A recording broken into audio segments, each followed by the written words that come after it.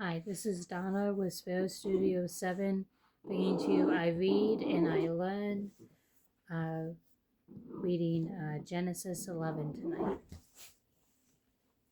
At one time, all the people of the world spoke the same language and used the same words.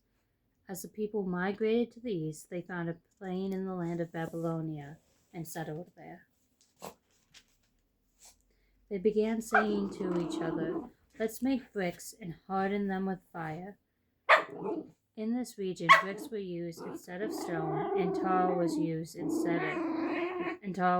mortar. Then they said, "Come, let's build a great city for ourselves with a tower that reaches into the sky. This will make us famous and keep us from being scattered all over the world." But the Lord came down to look at the city and the tower the people were building. "Look," he said, "the people are united." Feeny. You're being really loud, baby.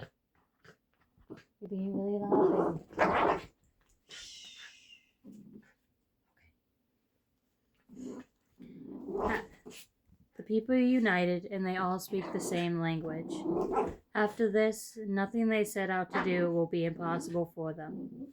Come, let's go down and confuse the people with different languages. Then they won't be able to understand each other. Right, Feeny? They won't be able to. In that way,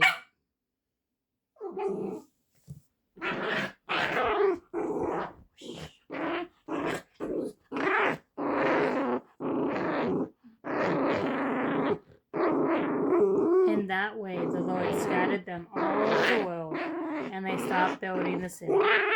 That is why the city was called Babel, because that is where the Lord confused the people with different languages. In this way, he scattered them all over the world. This is the account of Shem's family. 2 years after the great flood, when Shem was 100 years old, he became the father of Arphaxad. Yes, he did. After the birth of Arphaxad, Shem lived another 500 years and had other sons and daughters. When Arphaxad was 35 years old, he became the father of Shelah. After the birth of Shelah, Arphaxad lived another 403 years. So interesting, isn't it? And had other sons and daughters. When Shelah was 30 years old, he became the father of Eber. After the birth of Eber, Shelah lived another 403 years and had other sons and daughters. When Eber was 34 years old, he became the father of Peleg. After the birth of Peleg, Eber lived another 430 years and had other sons and daughters. When Peleg was 30 years old, he became the father of Reu. After the birth of Reu, Peleg lived another 209 years and had other sons and daughters. When Reu was 32 years old, he became the father of Serug. After the birth of Serug, Reu lived another 207 years and had other sons and daughters. When Serug was 30 years old, he became the father of Nahor. After the birth of Nahor, Serug lived another 200 years and had other sons and daughters. When Nahor was 29 years old, he became the father of Terah.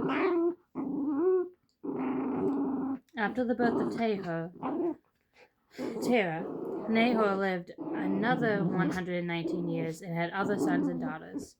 After Terah was 70 years old, he became the father of Abram, Nahor, and Haran. This is the account of Terah's family. Terah was the father of Abram, Nahor, and Haran. And Haran was the father of Lot. But Haran died in Ur of the Chaldeans, in the land of his birth, while his father Terah was still living. Meanwhile, Abram and Nahor both married. The name of Abram's wife was Sarai, and the name of Nahor's wife was Milcah. Milcah and her sister Iscah were daughters of Nahor's brother Haran. But Sarai was unable to become pregnant and had no children. One day, Terah took his son Abram, his daughter-in-law Sarai, his son Abram's wife, and his grandson Lot, his son Haran's child, and moved away from Ur of the Chaldeans. He was headed for the land of Canaan, but they stopped at Haran and settled there. Terah lived for 205 years and died while still in Haran.